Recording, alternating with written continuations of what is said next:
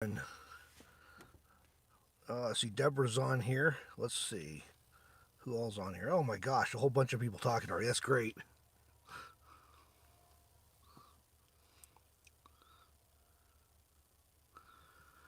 Oh, Bonnie's here. Great. Jared, yeah, no, not live chats aren't for everybody, but thanks for popping in and saying hello at least. It's just a cool way to for us to be able to connect with people. Let's see, Odin Joan, hello, and Neither Wonder Cat, and yeah, we'll excuse Gina. That's a good reason to miss. Uh, Hey, Sandy. Yeah, I'm glad you guys liked that thumbnail photo. That was I actually took that last night. That is an actual photo from my current campsite, but it's stylized. I was playing around with some I did the thumbnail in Photoshop Mobile on my iPhone, and I was playing around with some filters they had, overlays, and that was a rain one, and I just thought it looked kind of cool. It kind of set the mood because it was actually pretty stormy last night here, although it wasn't raining hard. It was kind of like spitting off and on, a little rain, a little snow, and it just looked kind of cool, I thought. So I'm glad you guys liked it. Oh, hello, Lynn. Glad for everybody logging on here.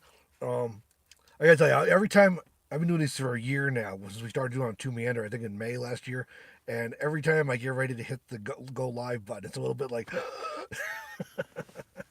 just that moment of like virtual stage fright. Oh, hello, Linda. You're glad you're able to make it. I have been so busy working today that I almost forgot about the live chat. And fortunately, I was texting with Joan earlier, and she reminded me that the live chat was coming up. So it reminded me. So, and I got a few topics you see I put up, and but really, that's just to make sure that I kind of try and think of a few things that have been going on that you might be interested in hearing about. But really, feel free to ask your questions and make comments because these things are really about you all. Anyway, that's why we do these things. Hello, Rick. Oh, geez, thank you, Neither Wonder Cat. That's awesome. I appreciate that. It'll help with the gas on my tripper. That actually leads right into my first topic. So, hello, Candy. Thanks for joining us tonight. Yeah, I say us. I'm so used to doing it to Meander. Thanks for joining me tonight and everybody else here. Yeah, my first topic on the road. This is a really big week, and I'm actually working on a video about it too. But yeah, old Egg and I, hello, and Cat, hello. Um, so I left Wyoming Monday morning for a very special reason, and uh, headed north. And fortunately, this car gets good gas mileage, so it'll give me. But yeah, I left Wyoming Monday morning, headed up into Montana, and there's a real special reason for it. And that's because I am headed up to see my friend who is selling a van. So yeah, that's where I'm headed. And I actually got waylaid. I drove into a spring snowstorm in the mountains, and I knew Wyoming was getting hit, and it wasn't supposed to be as bad in central Montana, so I was going to lay over in central Montana. And I was going to stop. There's a town city park in a town I used to work at there, and so I was going to stop there for a night or two and do some running around and hopefully a quick hike in the mountains and show you some places I used to live and hike and stuff. And the storm ended up being worse than expected and really colder than expected. So I decided I had to improvise. And so fortunately, this little car is getting great gas mileage. I just took the snow tires off it last week because that snow tires on when I bought it, and I just kept them because I figured between driving on Forest Service and BLM roads, and then I knew I was going to be going up to Wyoming in winter, and they were handy then. So I just got them replaced, and of course now we get another storm come through. But with the new tires, it's so much quieter. But I also bumped my mileage up a little bit with less friction from the rolling resistance, and so I'm averaging a little above 45 miles a gallon in this car on this trip, which is just amazing. So, thanks to the uh, great gas mileage of this car, I was able to make a detour and get out of the worst of the storm. So I dropped down into Idaho to a spot that Deborah and I have camped before, and so that's where I sat last night. I'll be here tonight. Then in the morning, I'm heading back up into Montana, west of Butte. So I had to go over the mountains, which I didn't want to do in that storm either. So I'll be going up there tomorrow morning. to my friend's place. So really excited about that. Let me see. I see a bunch of people commenting here, so I want to make sure I catch everybody here. So, oh, Sandy, yeah, that video was when Doreen was a hoot. We really enjoyed getting to know her at the meetup, and she got a lovely van. And you'll notice if you saw the video, well, I'll say here that Deborah's not in jail. She didn't do it. So anybody else is wondering, you have to go watch the new video on Meander with Doreen and her Travato, because you'll have to go watch the video to figure out what that's about. Deborah probably doesn't even know what I'm talking about right now. And hello, Beth and Lynn, Rosie, hello, and Tom, Steve. Oh, and Steven. Oh, yeah, snow too. Gosh, yeah, that's hairy when you got a trailer too. It's bad enough in just a car, but we got and I did it a few times we had the trailer a couple years ago between snow and real bad mud on them roads, and it gets extra adventure. Blue Eyes 5129 up in Alberta. Yeah, you're you know what I'm talking about with the snow. Then you're probably laughing at the little 3 to 6 inches we get down here, but yeah, looking forward to stretching out and sleeping. I slept in the car last night. I actually the night before last, I was able to find a cheap room up in Livingston, Montana. I was using Booking.com, which we've heard us recommend. We love it for finding cheap places or whatever we want to pay, because it lets you actually, you can sort by price, but you can also see the amenities they got. So if it's going to meet your needs. In this case, I just needed a place to crash and get out of the real cold and the snow, because of course trying to get off to a forest campsite in the snow is kind of, not a good plan usually. So, and especially in a car. So I found a cheap place. Anyways, the hotel's going being renovated. It's under construction, so they have their prices discounted as a result of that. It would not be anywhere near as cheap come springtime, because Livingston is one of the gateways to Yellowstone National Park. So it worked out for me. Got a place to stop for the night and regroup, and I got to search the weather. And oh gosh, thank you. Joan just sent a tip through PayPal. Appreciate that, Joan. And but it's a very popular place in the summer. It's also very popular for fly fishing and stuff. So I was grateful to get a good deal there. It was really expensive in Columbus, where I was going to stop, and going any further into like Bozeman and stuff. So it worked out well. But anyways, yeah, I'm heading up in the morning. Then I'll finish up this trip, the outward part of this trip, and go up to my friend's house in western Montana, and take care of the van details. And so we're really excited about that. This should work out really well. I don't want to give too many details because I want to share it in photos and videos. To do the kind of the reveal, but I'm really excited, and I think this is going to work out really well for me.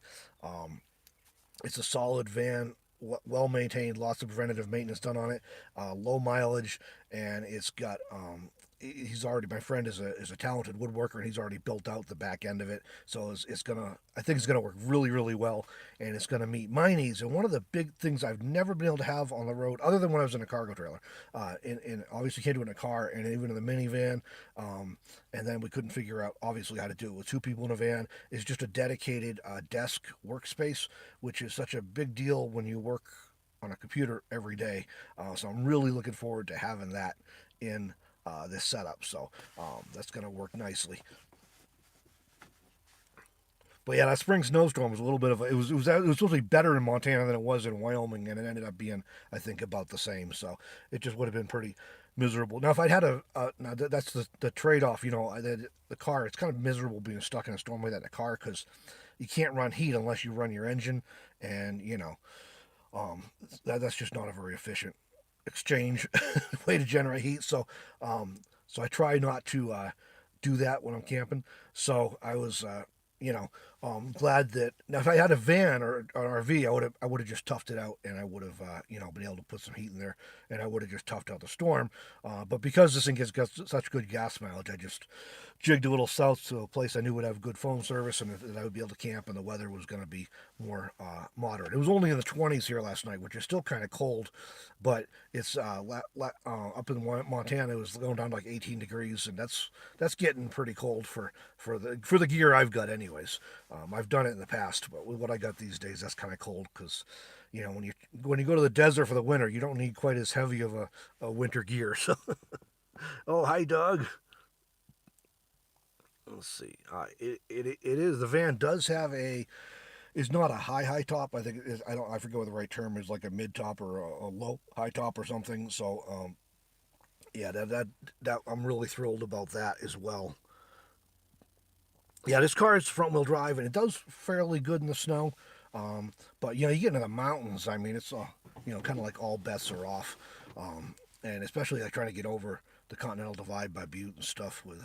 So that's kind of I just didn't want to mess around with it, and it was just too cold, and I wasn't going to be able to get out into some of the places I know I can go to camp, just because of the road conditions with the snow and everything. So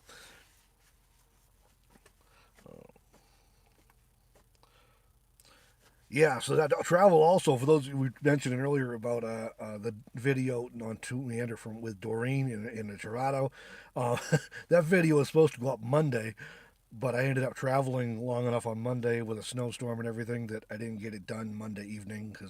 And then I was going to do it yesterday and still didn't get it done yesterday. So that's finally up today. I've been scrambling all day trying to catch up on some work. It always seems like I've found, and I know other digital nomads, who, you know, do similar things. Um, oh, thanks for the shout out there, Deborah. Other digital nomads who do similar things, they find when you travel, you think you're like, oh, only doing 4 or 5 hours a day. That's not bad, but it will get some work done afterwards. But it's oftentimes hard to really get uh, um, focused after driving even a half day. So you know that it works out. Generally, I probably should just not plan on being able to work on the days I'm traveling, but um, I keep thinking I'm going to get away with it anyways.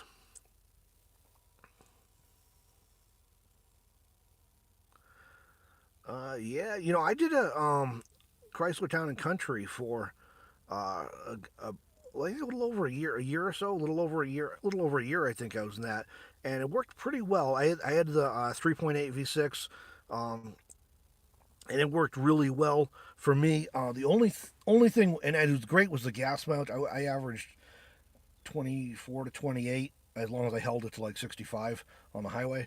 And it dropped. It was a little lower in the city, but I rarely drive in the city, so it wasn't really much of an issue. Um, and I was able to have a narrow bed and with storage underneath of it, and a good sized kitchen counter with some storage under it, and some storage in the back. So um, I travel kind of light in terms of the amount of stuff I got. Everything I own is in the Echo right now, and it's a little bit of a mess back there because I'm camping out of it right now. But you know, I travel kind of light anyways. So that worked. The only thing was I had to work in the on the computer. I had to work in the passenger seat, and eventually I ended up turning it around, which actually was really nice. That gave me more room and everything. Made it so I could actually run some heat in there and stuff safely.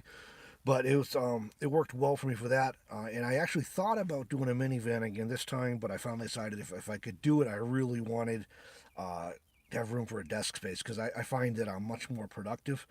So what ends up happening is I got the laptop and, you know, my phone that I might be transferring files or data on, and I got an external hard drive and just some other things going on.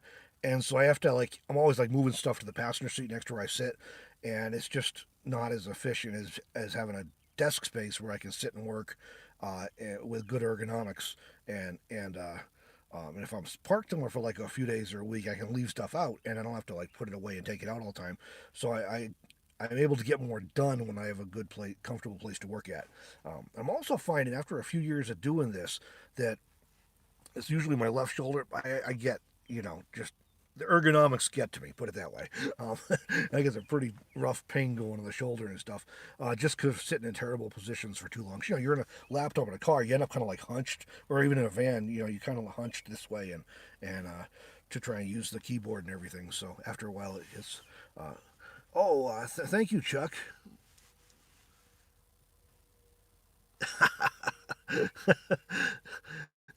uh, is excited for you for me. Letty's very proud of him. Says she's going to be the first. He's going to be the first 100-year-old man to finish a van build. Yeah, I'm sure yours is going to be great, Chuck. I look forward to seeing it when you guys are done with it. I appreciate that super chat though. That helps. I appreciate it. Yeah, and catch up on comments again here. I'm getting behind on. So yeah, thanks for the. I'm glad you enjoyed that book, Lisa. Hello, Carol. Oh, Doug, you're going ahead with that van, huh? I look forward. We got to run your video up pretty quick, I guess. If you're getting a new one already, we're gonna. We have a video with Doug that we recorded when we were at our two Meander meetup back in December, and that's queued up. That'll be coming up pretty soon. We'll be getting that run. Yeah, Alan, the book's on. You can get it on through Amazon, right from Amazon and Kindle or on paperback. And it's also, if you prefer to do more manually, there's a link on my website to you can get it from Smashwords. It's also on like iBooks and some other places. So yeah, Cat, that's it. It doesn't seem like. I mean, I don't feel like I'm tired when I'm driving usually. If it's a long day, I do by the time I'm done. But I get done and try and like do some focus work, and it's just like. So I ended up like doing emails and watching some educational videos that kind of thing to catch up on some stuff.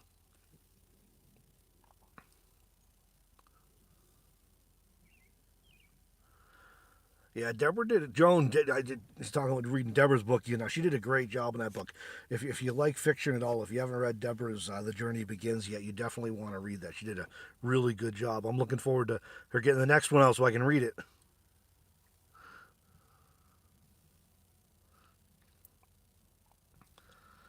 Yeah, it's been, and Deborah, thank you. It's been humbling. The response to that book has just been really positive. So I enjoy. That's just that's good. It's always nerve wracking as a creator of any sort when you release something out into the wild, especially something you work on for a long time. It's just a little bit terrifying. Like, oh boy, here it goes. I hope this lands for people. And I hope they find it valuable or entertaining or whatever the case may be. Because you put so much work into it. And it's not like a book. You can update the ebook, but the paperback I can't just update. I have to release a whole new edition. So it's really kind of a big deal that you hope you get it right the first time. Yes, I did quote Chuck. He's on here as Charles Taylor. I did quote him in there. Deborah says it's on page 33. I did quote him in the book. He had a great quote about van bills. So and we're talking about van bills here. So and he's working on one himself, and so he had a great quote that he shared with me by email or text message or something. I wrote back. Do you mind if I use that? Because that's really good.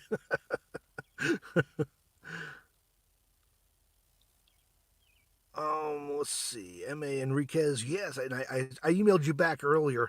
Um, then the print book on mine is available. Um, you can get it either direct from me and you get a signed copy, or you can do it through. You can get it straight from Amazon. There you go. Deborah's got the link up. Thank you. Yeah. All right. What else I got on my list here? Oh yeah, so travel plans. Yeah, my short-term travel plans. Long-term, who knows, right? uh, Short-term, I'm going to stay at my friend's place for a few days up in western Montana, um, and that's really exciting because he's agreed to do a couple of videos with me that I think you all are really gonna enjoy, um, and I think you'll really enjoy them. So I'm looking forward to being able to bring those to everybody. So I'll be there for a couple days, and then I'm going to start my way back towards um, Wyoming, and I got some projects there. One we helped my son with a project on his house, amongst other things, granddaughter's baseball games, that sort of stuff. But I'm going to stop in the middle. I wanted to get some photos of the mountains and video clips of the mountains where I used to hike and stuff coming up, and the snow was so bad, everything was totally in clouds. I mean, you couldn't even see there were mountains there. If you didn't know there were mountains, you wouldn't know. Um, so uh, so I wasn't able to get any. I took a couple clips here in Idaho, but I didn't get much because of that. So I'm looking forward to stopping again on the way back through. The weather's supposed to be beautiful, so I really look forward to sharing some of those. There's some great places, and there's one place I wanted to go. I wanted to do a short hike and get some photos and video clips down in it's in the Absaroka Beartooth Wilderness in south central Montana. It is serious wilderness. I mean, you can hike for dozens of miles without finding a road. That kind of thing is really remote in the mountains and it's gorgeous. But it's like Columbus is a small town, and you go down from there, and it's like I think it's like 40 miles, 50 miles down to the trailhead where I was going to go out to. And when it gets winter and it's snowing, I mean, it's just, you know, I've been down there in the winter. 'Cause I used to work for the newspaper in that county, and you know, it's just not something you do if you could help it. And I didn't want to get stuck down there because there's no phone service down at the trailhead either. So I mean, I could have been stuck for a few days if the weather was if enough snow came down. So I decided that you know, that thing about wisdom being the better part of valor, you know, and I'll just wait till the storm's over. So I'm going to stop there on the way back through and get some footage and some photos I think y'all will really appreciate when I get them out. Let's see. Let's see. Oh, C. Martell, hello. Thanks for joining. Catherine, yeah, you saw the update on Patreon there. Yeah, I let everybody know on Patreon about what was going on with the van before this afternoon. So, um, let's see, Alice. I am Deborah's in California still, and I am in Idaho right now. I'm actually on my way to Montana, and you can come through Idaho, but you have to go through Yellowstone or else down to Jackson and over. And Jackson and over is like twice as far. And Yellowstone, the roads aren't all open yet because it's not late enough in the spring. So some of the roads don't open till a little later in the year. So I was coming across to Montana and ran into a pretty good snowstorm. So I dropped down into Idaho to get out of the snowstorm and wait out a couple days. Because I'd left early to have time to shoot some stuff in the mountains, and that just didn't come together. So yeah, I'm in Idaho headed to Montana. There you go.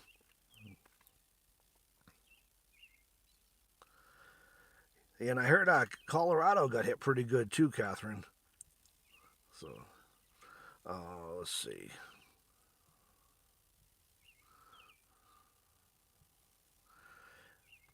It was really nice, and like in Montana, we had a storm not long after I got up here earlier in April, and then it's been um, really nice, and then like we had this just crazy late April storm that I guess hit all the you know hit everywhere from the sounds of it pretty much. So those are pretty big ones. So the van I'm getting, it's pretty much move-in ready. Although my friend has a shop, so if there's any tweaks I want to make, he said we can do that while I'm there. So that's really cool too. But it's basically move-in ready. He's done a great job with it. So I look forward to. And we didn't get a chance to. He was actually at our meetup, and we didn't get a chance to do a video with him this year. We just ran out of time. So, but we'll be showing it to you real soon. Um, So yeah, so it's pretty exciting. I'll be getting something up as soon as possible to kind of show you that, and then I'll probably do a second video when I actually get all settled in and figure out where things are going to go and all that kind of stuff. um, like right now, my whole system is plastic boxes and duffel bags, and and it's usually like I said, it's usually a little neater than this, but I'm a when I'm actually camping somewhere, I kind of like just tend to, you know, not put everything all the way away in the morning because then I got to get it out again that night. So, yeah. Um, let's see. So anyway, that's my short-term plans. I'm heading up to Western Montana. Then I'll be going back through and taking a few days at least, if not a week, going back, doing some camping and hopefully doing some hiking and getting some photos and videos and things. And then as far as and then I need to get better about more photos. We do some for Instagram when I remember, and I sometimes tend to forget that because but we got this new thing that we're new project we're launching. Actually, we just sent out the e versions to everybody today. But you may have heard about it. We're doing a quarterly travel photography magazine, and it's called Meanderings, appropriately enough, right? Um, and this is we initially set this up, and the idea behind it was as a reward tier for some of our patrons.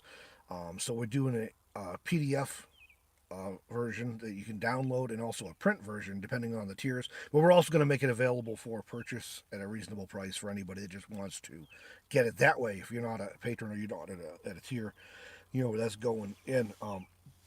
We're doing that. What I found out when I sat down to do this April edition that I just got out May 1st because of a few snags I ran into with getting it all ready.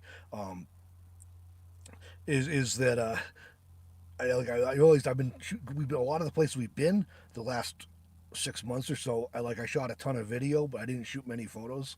Um, and that's I like doing that for I like doing that for. I was laughing at Deborah here. Uh, um, for the videos, I prefer to use video clips rather than photos and animate the photos. But what I didn't realize was how few photos I'd taken, or at least I didn't save them if I did take them. So I'm like, I got to get more photos for this upcoming the second issue this year because didn't have enough photos. But that's all right. It came out pretty good, I think, and a few people have seen it already, and they were pleased with it. So I'm happy about that. I put a fair bit of time into it, and it's all done with page layout software. And so the print one is actually going to be professionally printed and available. So we're really excited about it. It's tried to make it as slick as possible and everything. So, but that's why one of the reasons I'm stopping to get photos and videos because I need to make sure I have enough photos for the next magazine. So, um, but yeah, as far as longer summer plans, I'm not sure beyond. I know I'm going to be basing out of Northeast Wyoming where the kids and grandkids are, and then I'm going to be going up into the mountains as much as possible. And I got about one big family thing per month uh, um, throughout the summer. So, like in June, my folks are coming out from Massachusetts, so that's really exciting. They want to meet the newest granddaughter, and they're gonna be here for their 50th anniversary. So that's pretty cool. They did kind of mess up the plans for my brother and sister were making out east though, because they were going to do a surprise anniversary party for him, and then they decided to come out to Wyoming. And so they, so I guess our brother and sister have to do something in the fall or something out now instead. But all right, they catch up again here. So yeah, well, I didn't see Martell miss the news in the van. I didn't tell too many details because I want to not because I'm trying to be like um, sneaky or anything. I just want to show. I want to be able to show it, and so I'm not going into too many details. But I did want to let everybody know what I'm doing, and that it's actually coming together. And I've had a few people who've sent me some links to some vans and other things that would have been really interesting if this one didn't work out. So I appreciate that.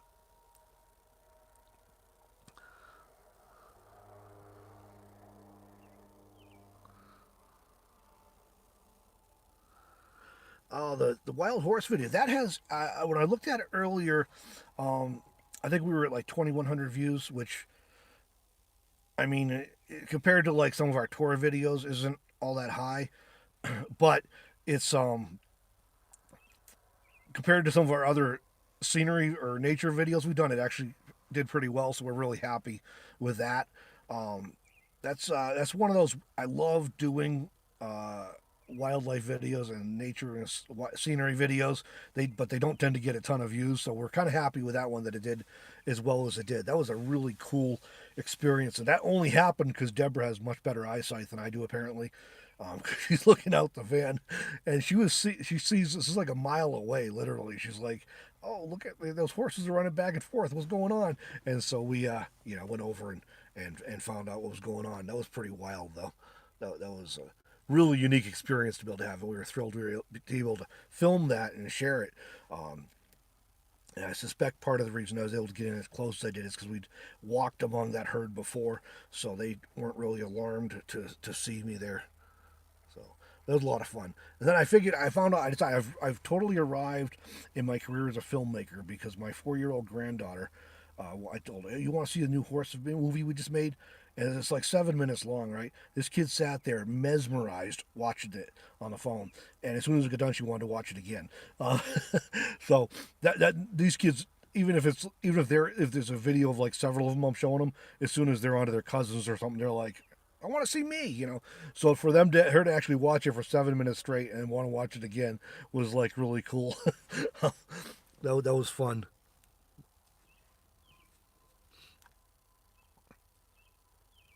Oh, that would be a good video idea. I got to think about this, and let me make a quick note for myself here. Hold on. Last top video, because I say that and I'll forget it. We'll see if we can. I got to think for a minute. See if I. But that is a good idea, and And I've actually, when I've had family come out west for the first time, I've shared some tips and stuff, and they're often like, "Oh, we didn't think you were lying, but we didn't really believe you." You know, some of the things are so different. You know. Let's see.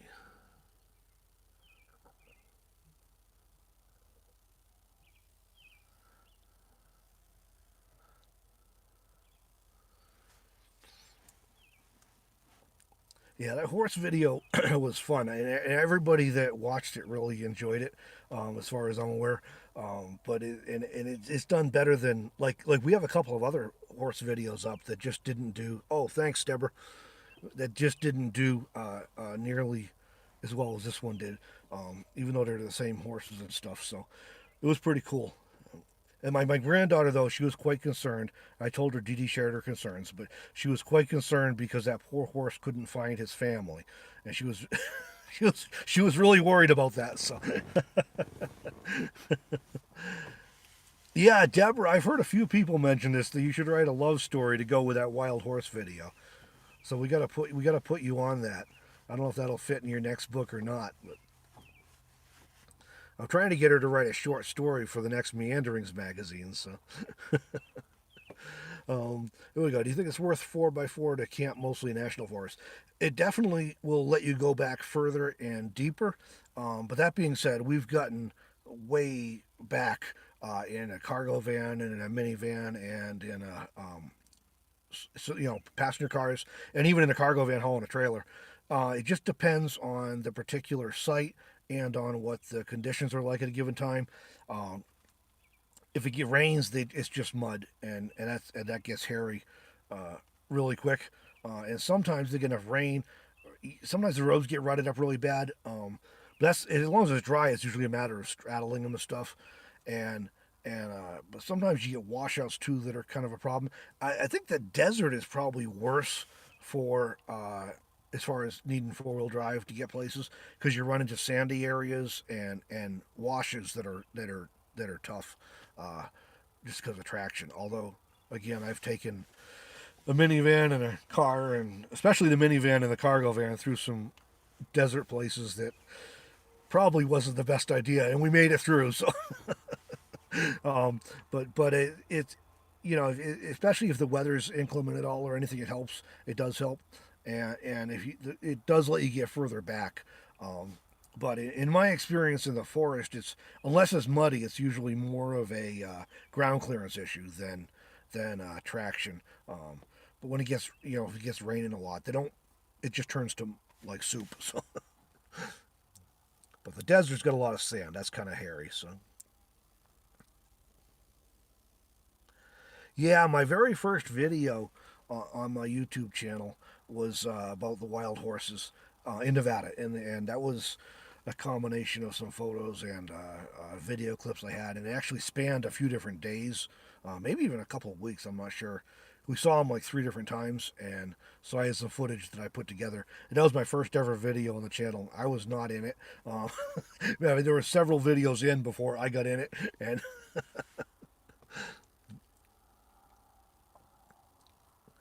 whoops, hold on.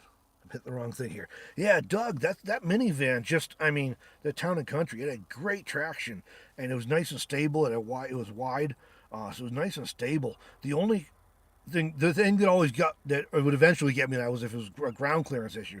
But, I was, a lot of times you can work around it strategically, and I mean, I brought that thing up Hurrah Pass in Moab, which is officially a 4x4 road. Um, it was worth the price of admission to see the faces on some of the people up there in Jeeps and side by sides, when I come pulling up in a minivan. But that being said, I did go up a few days before with a friend in his 4x4 truck. And so I'd seen it and I was watching as we were going, and so I had a good idea, that I'd be able to make it, but I wasn't, especially like the second half of it, I was like, at any point, I knew I might have to turn around, and it's like if it got too bad, but I was just gonna try it. So, yeah, I got an annoying patch of sun up here that I can't really get rid of because it's coming through the.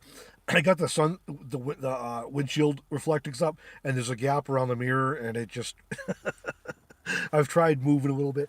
Oh, Carolyn, I was just thinking about you the other day that I hadn't heard from you recently. Thanks for joining us tonight. Glad you could be here. Nomad for Life. Hello, down there in Florida. I guess you didn't have snow this week, um, like we had up here.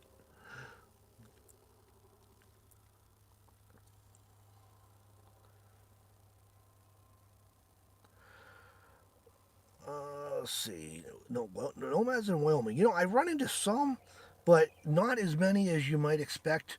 Um, I expect you'd find more over in the mountains like Jackson and over that way. Um, Gillette is Eastern Wyoming's. I mean, there's some exceptions, but Eastern Wyoming is basically prairie, and it's kind of not. It's just not a place a lot of people stop. As a matter of fact, I literally drove through on 90 for years, going back and forth between Montana and Wyoming, and sometimes I took Highway 2 across it too as well. But I went through here. I mean, more times than I can count over the, and never once even stopped in Gillette until my daughter moved here. So I mean, I'd never even been off an exit. I didn't even get gas here. So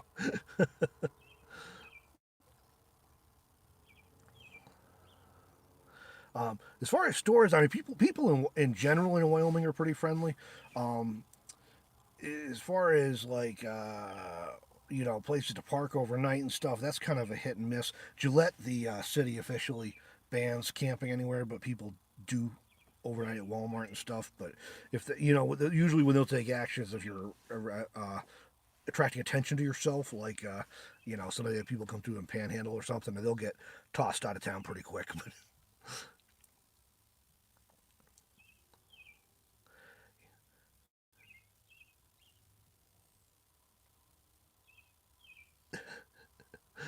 yeah, it's funny if you're comfortable with what your vehicle can do, and you can often get it into a lot of places, and that was yeah, we've had the minivan and the cargo van into places that there've been a few times afterwards I was like, you probably shouldn't have done that. That was that ended up being a little bit worse than I was thinking it was going to be.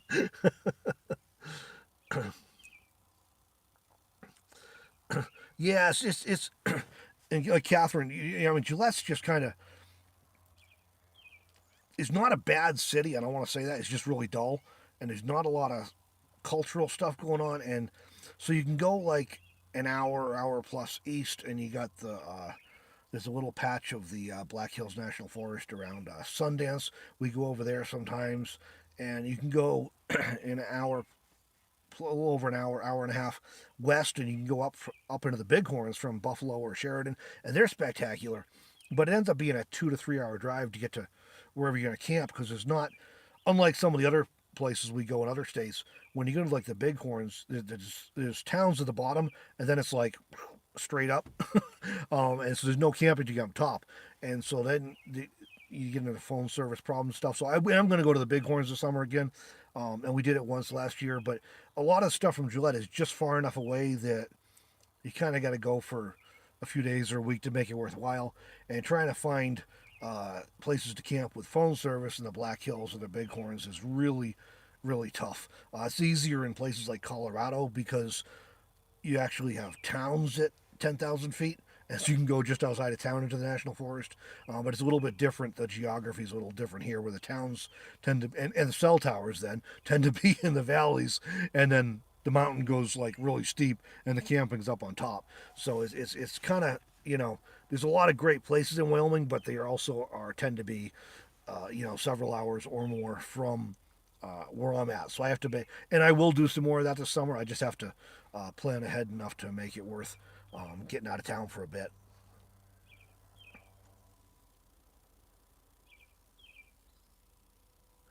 Yeah, yeah, Denver. We had the cops called on us. We did a video that was for our joint channel even. So we had videos on our individual channels about that. That's I'd forgotten about that. We were parked out behind my son's house, and somebody called the police. Let's see. From Trucker Daddy, aka John in Quebec. Are you using your car or a van these days? Deborah's in the van over in California, and I brought the car up to Wyoming. So I've been staying up until this last couple days. I've been staying at my son's house um, in Gillette, in actually in my granddaughter's room. So funny story. First day I'm there, I stayed in her room, and so I see got up the next morning. She's eating breakfast, and I went up to her, and Alexis, thank you for letting me sleep in your room last night.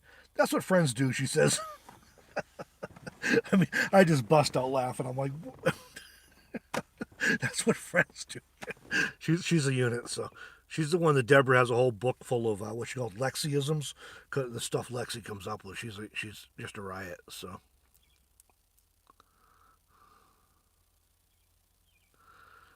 let's see. Let's see. How many folks do you think become a nomad due to rent prices? That's my situation by choice. That is a growing thing in our experience. I think, um, and so there's a lot of people. A lot of people just do this because they wanted to do it. Period, and they might still have a house or they could keep a house. They just they're doing it if they want to. And then you have on the other end of the spectrum, there's a lot of people doing this because they just don't have a choice.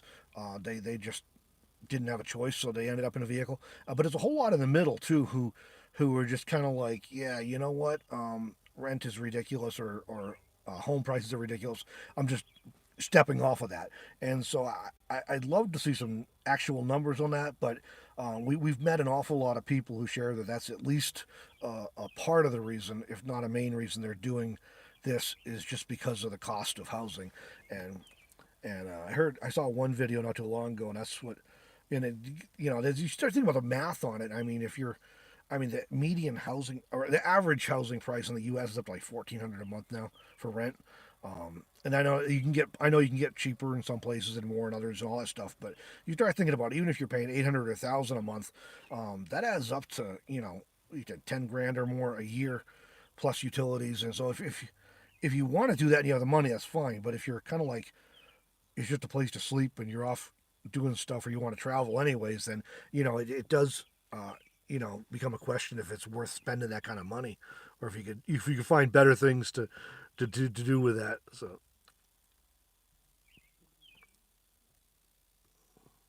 and Rick asks if you've ever been to Stone Alaska. No, I have not been to Alaska yet. It is definitely something I want to do.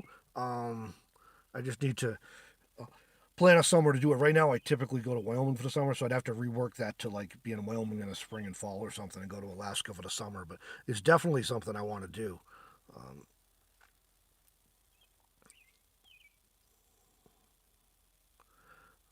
oh, Jan, congratulations! Good luck. That's got to be exciting. Oh yeah, Doug. Yeah, I used to live up in that part of Montana, so I've been over the Beartooth Pass a bunch of times. I got a picture of me up there on June 12th one year, and it's my son's birthday. One of my son's birthday. That's why I remember the date. And they they they don't plow. They use the giant snow blowers mounted on the front of plow trucks, and I got a picture of me standing by snowbanks like my height. And this is in the middle of June. My mother went over there when they were out visiting years ago. She still it has not recovered from all the drop offs and the hairpin turns and everything. She's still talking about it. So, yeah, I'm not open yet. So otherwise, I might have done that when I was out on this trip. But hope maybe this summer sometime I can pull that off again.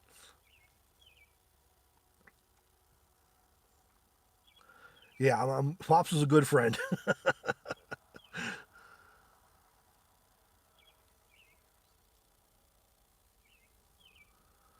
Oh, thank you, Catherine. I had somebody ask us a few questions. I said, I'm going to just make a video out of this.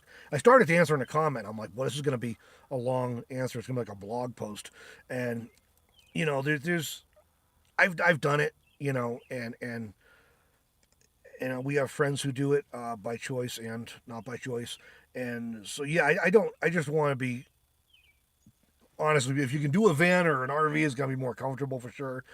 But some people can't do that, or don't want to do that. So, I'll share the information for those people. But if you have a choice, I recommend something larger because it's kind of a pain. It's you can do it, but it's oh, thanks for sharing that link, Deborah. That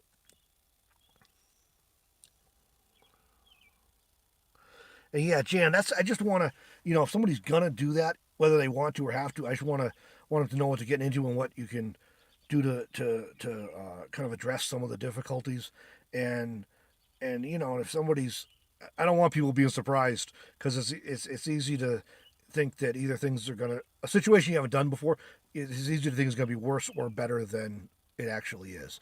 And so I just want to share my experiences as honestly as I can to let people make the best decision for themselves and hopefully to smooth things out if they do decide to go that route.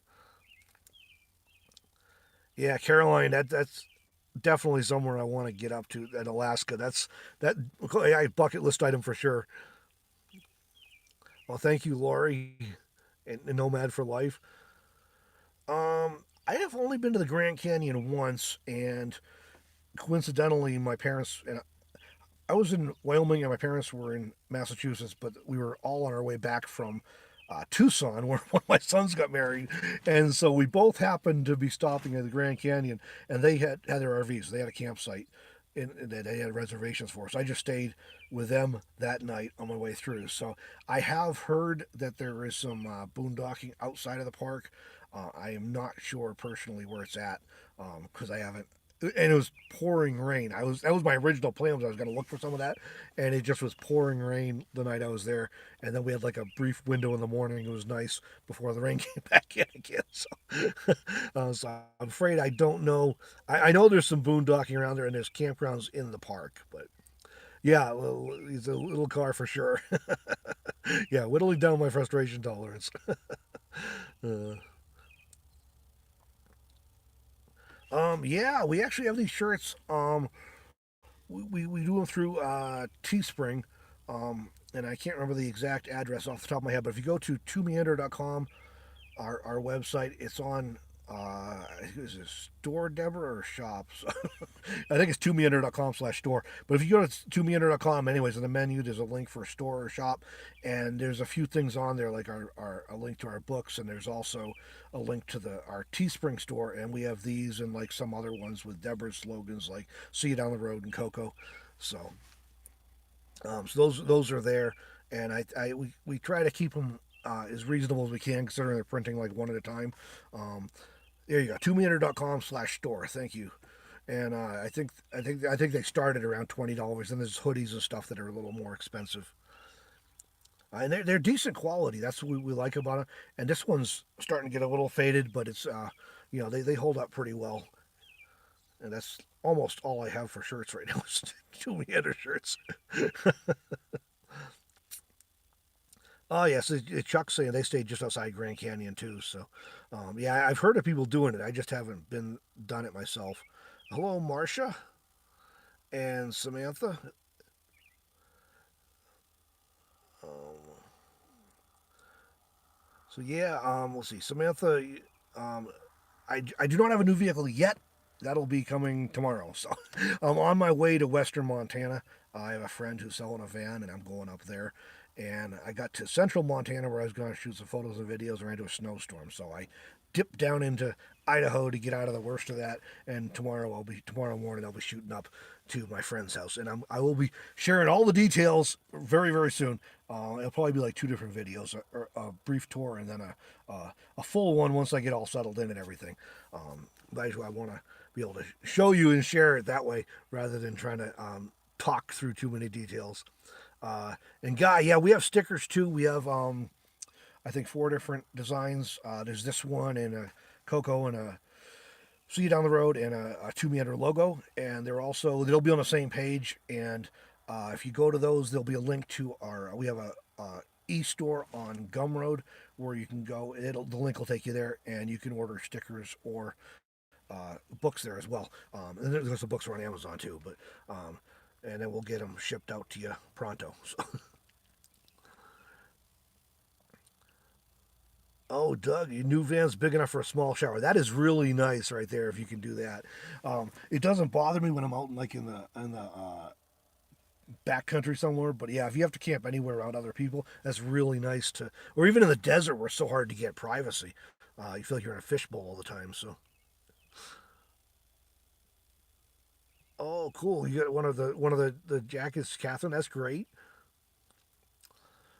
Best desert location to see. It kind of varies, I guess, depending on the time of year and stuff. You can get we've heard Quartzsite and Ehrenberg in particular referred to as being like the surface of the moon. That's kind of a good description. But the mountains are pretty still.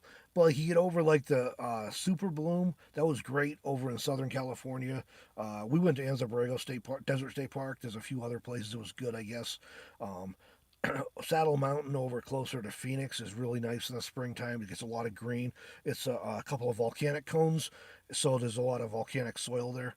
And I'm not using the right terms here, but it's volcanic soil. And so in the springtime, if there's any rain at all, it's really green. That's really pretty. Um, you get up in like southern Nevada, a lot of the mountains are really nice. Um, yeah, at the same time, I mean, they're kind of distinct, but it's also after a while in the desert, you start to feel like everything looks the same.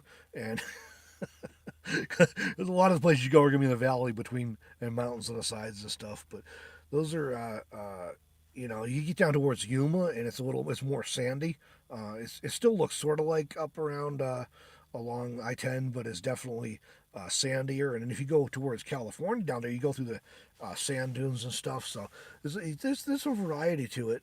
Um, and then if you get roaming around down there a while, you'll find even the vegetation changes as you go to different places. That's kind of interesting. And then we went up through, worked our way up through really interesting this time. We went north from Anza Borrego up into California. I can't give you the exact route. Through like Palm Springs, I think, and stuff. Deborah knows, but she was the navigator. But boy, there's some Joshua trees up there and stuff, and they were in bloom, and oh, it was incredible. It was really nice. Oh, thank you, Samantha. Yeah, we are really excited about. Um, our friend Joan refers to it as adding a room, and that is kind of an apt description. We think I got to shift in my seat here. Here we go. Sorry, this seats are getting uncomfortable. So I've been all day sitting here working, so I'm kind of like worn out from sitting. Yeah, it's really excited to be upgrading though, and it'll work out really well. I think. Oh, Jay, Minnesota, thank you. Yeah, I'm glad you're enjoying the videos. Yeah, I forgot about that. Thank you, Deborah. We actually put some campsite reviews on there as well, and some of them are from the desert area. And I always include photos and stuff and GPS coordinates. So we don't have like a ton, but yeah, if you go to the website, and there's also in the sidebar there should be a link with different categories like behind the scenes, and one of them is campsites. So if you hit that campsites link, that's all you'll see is campsite reviews, and yeah, you can also use a search bar and search for for that kind of stuff too. So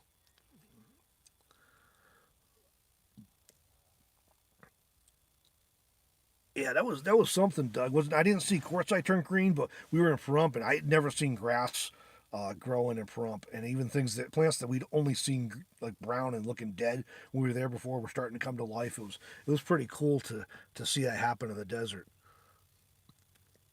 Where I'm at right now, I think it's in the 40s probably right now. It hit like 48 or 50 today, but the sun's shining, so with the solar effect on the glass, it's pretty comfortable. Last night was down to like in the 20s, so that was kind of chilly. And then starting tomorrow is getting even nicer. So and up in Montana too. So looking like pretty nice weather for a while. So I'm pleased about that.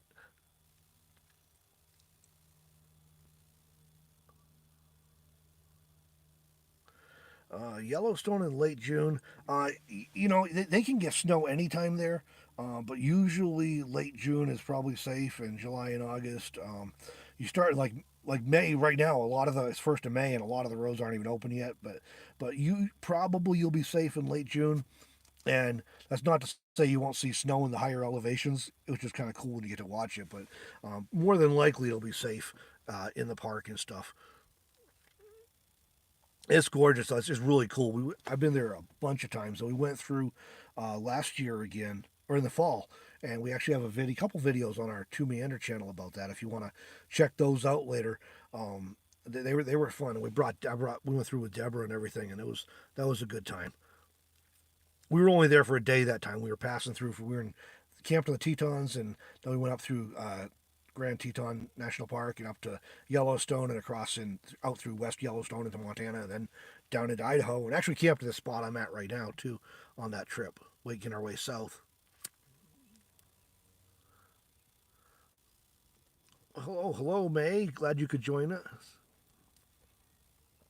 Oh, thanks, Doug. We tried anytime um, any of the reviews we put on there. We don't like I said we don't put on tons and tons, but anywhere we stay that we think is worth reviewing, we'll do photos and I have a detailed descriptions on the road you're going to access it from and where the nearest town is and GPS coordinates and a website for whatever agency manages it if applicable and yeah, just all kinds of good details and photos. I try and put cell phone coverage. I have an AT&T modem now, so I'm starting to include that as well.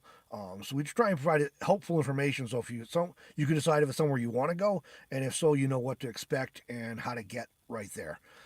So we try to provide good quality reviews when we do them, and they range from well-known places to not so well-known places. I know we have one like on Uwa Lake up outside of Moab. That's a cool little campground, but not well-known. So we only found it because we were stumbling around up there exploring with our friend in a 4x4 and came across it. And then Deborah had to stop and put out a campfire that somebody left unattended on our way out too. So 91 in Mississippi. That is hot. Yeah, and especially with the humidity you all get down there. We went through Mississippi this last summer. We actually were fortunate. The time we were down there wasn't too bad. We really enjoyed it. Stopped for dinner in Biloxi, and then we stopped at a section of beach right there and waded in. That was fun.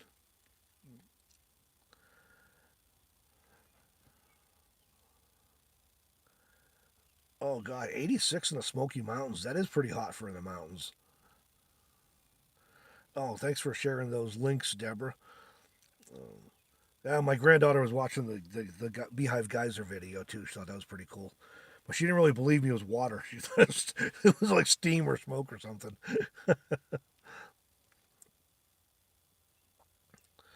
Let's see. Okay, Samantha's gonna rent a van to try out the minivan, and oops, hitting the wrong button again. Yeah, that is a great way to get a feel for it and see if it might be something that fits for you, size wise and everything. That definitely some value in doing that. Help you make a good decision for you. Let's see, where are we think? Upstate New York has a lot of school stuff, and actually you got the Catskills and you got the Adirondacks, and then the Adirondacks are really interesting. Um, I don't know tons about camping around in the mountains up there, though. Actually, I know there is plenty of camping, um, but I don't know a ton of spots off the top of my head. Yeah, that's really scenic. Over in Vermont is just across the border. That's really nice. Um, Western New York is more rolling hills, but if you stick to like the Adirondacks, they're like real mountains. And then the Catskills are real pretty, but different, more green and rolling. Where the Adirondacks are more rugged, a lot of granite and stuff. Um, Lots of cool little towns up there too in the Adirondacks.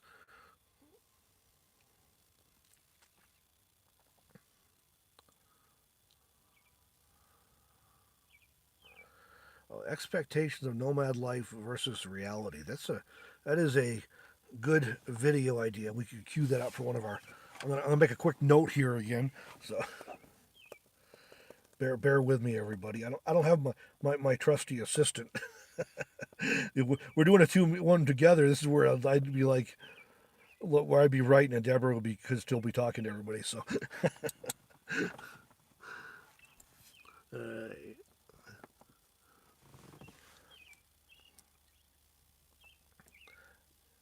Yeah, Lake Lucerne's gorgeous. There's a lot of, and yeah, a lot of lakes and rivers up there in the Adirondacks. Really, really pretty area.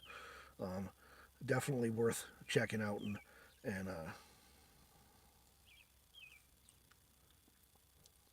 oh, good job, good deal, Doug. But,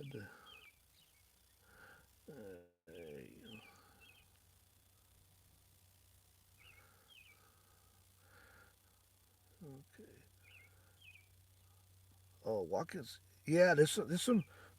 Yeah, upstate New York is pretty rural for the most part. There's a few bigger cities. See if I can get myself out of the sun here. There's a few bigger cities, but it's for the most part it's pretty rural, and lots of scenery up there.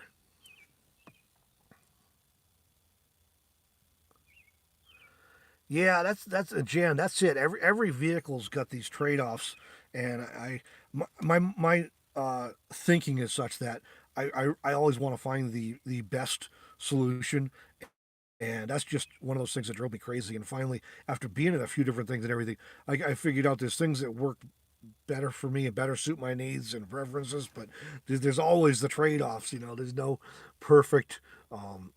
Just nothing's perfect all the way around. So I'm glad you found something that's going to work for you, and and a lot of people really like going the trailer route. And it definitely has advantages to it. It's just yeah, whatever comes down to what's going to best meet your needs and the style of how you want to travel, move about, and you know, I actually debated doing a trailer again myself now, um, but then I would have to upgrade the car to something to tow it with, and I didn't want to have that pressure of worrying if I'd be able to pull that off before I was ready to leave in the fall. So I was like, just we'll bump that down a notch.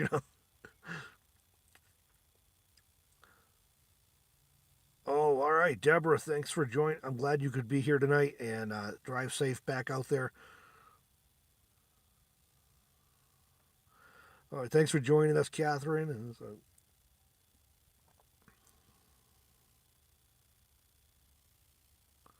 yeah, say hello to Gina for all of us, Deborah.